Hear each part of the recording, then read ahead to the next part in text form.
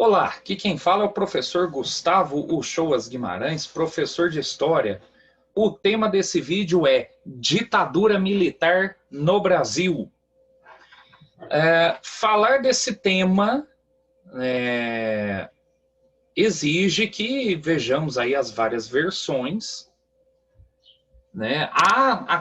Por ser um período muito recente ainda na história do Brasil.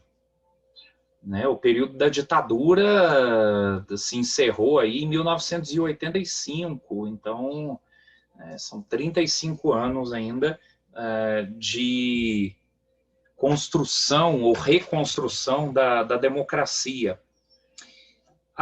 Existem aqueles que preferem chamar o período da ditadura pelo nome de regime militar, pelo fato de que realmente houve militares governando o Brasil, e quem prefere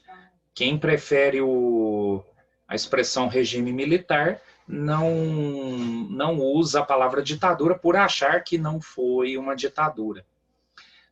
Existem aqueles também que preferem chamar de Revolução de 64, porque os militares teriam livrado o Brasil de uma suposta ameaça comunista, que existe mais digamos assim, mais no discurso dos críticos do que na realidade de fato. Mas por que chamar a ditadura de ditadura? Porque toda ditadura, não importa o lado, é aquela forma de política onde se tem uma forte censura, onde não se aceitam ideias diferentes, onde a democracia é abafada. E foi o que aconteceu no Brasil, no período de 1964 a 1985. Né, você tem aí todo um regime aí de cassação de direitos políticos, muitos opositores tendo que sair do país, com risco aí de serem perseguidos e presos, né? Apesar da existência do MDB, Mobilização Democrática Brasileira, sendo um partido podendo legalmente fazer oposição, mas você vê muitos políticos dali de dentro sendo caçados, perseguidos, presos, né? Ou então, há um outro discurso também que se faz a respeito da ditadura militar, de que só pegou bandidos, né? Aí vai dizer isso para o jornalista Vladimir Herzog, vai dizer isso ao ex-presidente Juscelino Kubitschek, vai dizer isso a tantos que foram perseguidos e presos sem serem bandidos. Há aqueles que vão defender o período da ditadura militar, alegando que houve um milagre econômico, né, que houve aí um crescimento da economia e tal, mas se você pega as informações econômicas do Brasil nos anos 70, você vai ver que os níveis de inflação eram altos. Em 1973 veio a crise do petróleo, que afetou, né, a partir do Oriente Médio, afetou todo o resto do mundo, inclusive o Brasil, e aí quebrou esse milagre econômico que vinha acontecendo. Um milagre que não chegou às camadas populares, né, porque embora se fale, mas as pessoas naquela época tinham emprego, tá, mas o dinheiro não rendia. Né, condições de vida eram bem duras para a maioria dos brasileiros, né? A desigualdade social era muito grande e houve, nesse contexto todo, né, um pensamento de caça aos comunistas que, na verdade, não era parte só da política brasileira, era o contexto da Guerra Fria, né? A disputa ideológica entre Estados Unidos e União Soviética chega até o Brasil, né, com o apoio norte-americano ao governo brasileiro, criando na cabeça das pessoas a ideia de um inimigo interno, né? No caso, seriam os de esquerda, aqueles que apoiassem a União Soviética, aqueles que apoiassem Cuba, China, entre outros países socialistas. Mas, como eu disse, a esquerda ou socialistas devem ser aí objeto de discussão, se realmente tinham toda essa força aí que seus críticos dizem que tinham.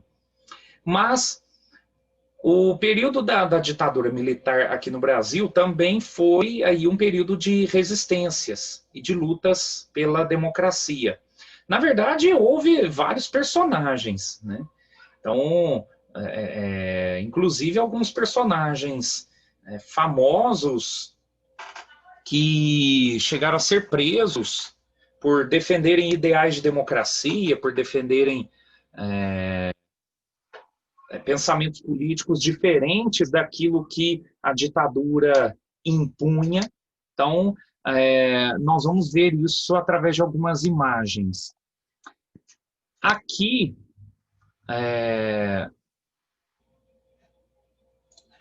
nós vamos ver os principais presidentes desse período, né? Você tem aqui o primeiro à esquerda, aí, Castelo Branco, que governou de 64 a 67. O Costa e Silva governa de 67 a 69. O Garrastazu Médici governa de 69 a 74, Ernesto Geisel de 74 a 79 e João Figueiredo de 79 a 85. Aqui você tem esses artistas, são alguns exemplos de pessoas que foram presas durante a ditadura militar por defenderem as ideias de democracia, por defenderem a volta das eleições para presidente. Isso aí foi uma característica da ditadura militar, né? Chegou-se aí a colocar que os presidentes seriam escolhidos pelo Congresso Nacional. Governadores, né, em um dado momento, também seriam escolhidos, não seriam escolhidos pelo voto popular. E havendo dois partidos políticos, o Arena, Aliança Renovadora Nacional, que era o partido dos militares no poder, e o MDB, como eu disse, era o único partido que poderia fazer oposição, mas, como eu disse, era só para dar um verniz de democracia num regime ditatorial, porque muitos políticos do MDB foram perseguidos, tiveram direitos políticos cassados. Os governos militares trabalhavam para que os políticos do MDB não ganhassem espaço na cena política. Então, você tem aí este cenário aqui no Brasil. Houve, da parte de alguns grupos, uma luta armada para que se combatesse a ditadura militar. Né? Aqui você tem na foto o Carlos Marighella, que comandava um dos grupos armados, normalmente grupos armados socialistas, né, de esquerda, e que chegaram, né, a explodir carros, assaltar bancos, organizar guerrilhas em algumas regiões do Brasil.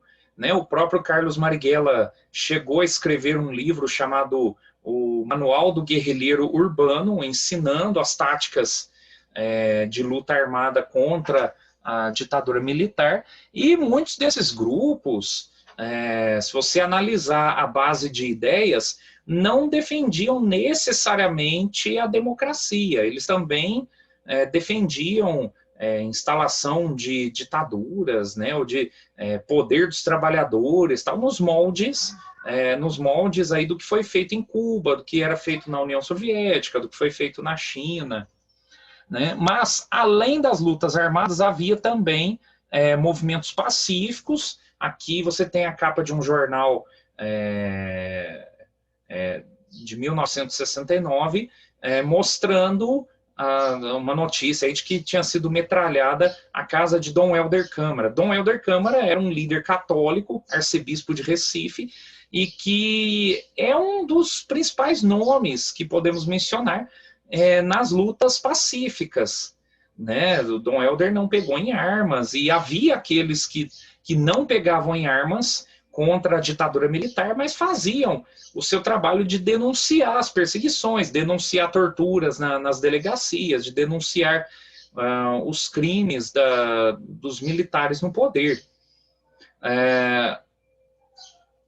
Também, né, você tem, houve o caso aí também, né, falando daqueles que denunciavam, houve o caso do ex-presidente Juscelino Kubitschek, que em vários momentos se manifestou contra a ditadura militar e em 1968 chegou a ser preso e ter seus direitos políticos cassados. Inclusive, a morte de Juscelino Kubitschek em 1976 foi objeto de investigações por supostamente estar ligada à ação de pessoas dos governos militares que queriam eliminá-lo, né? Assim como outros opositores também que foram mortos, né? Que foram perseguidos, como eu disse, foram exilados e que sofreram tudo isso por denunciarem a ditadura militar e por serem contra a ditadura militar. Por isso é que deve ser chamada de ditadura, né? Porque o governo não aceitava diálogo político, ideias políticas diferentes, né? Era tudo muito formatadinho ali, né? As pessoas recebiam nas escolas ou nos meios de comunicação aquilo que o governo queria que elas soubessem e pensassem. É um período polêmico, é um período que tem, aliás, muitas discussões até hoje, e é um período, né, cujas características e consequências ainda veremos em outros vídeos. Muito obrigado.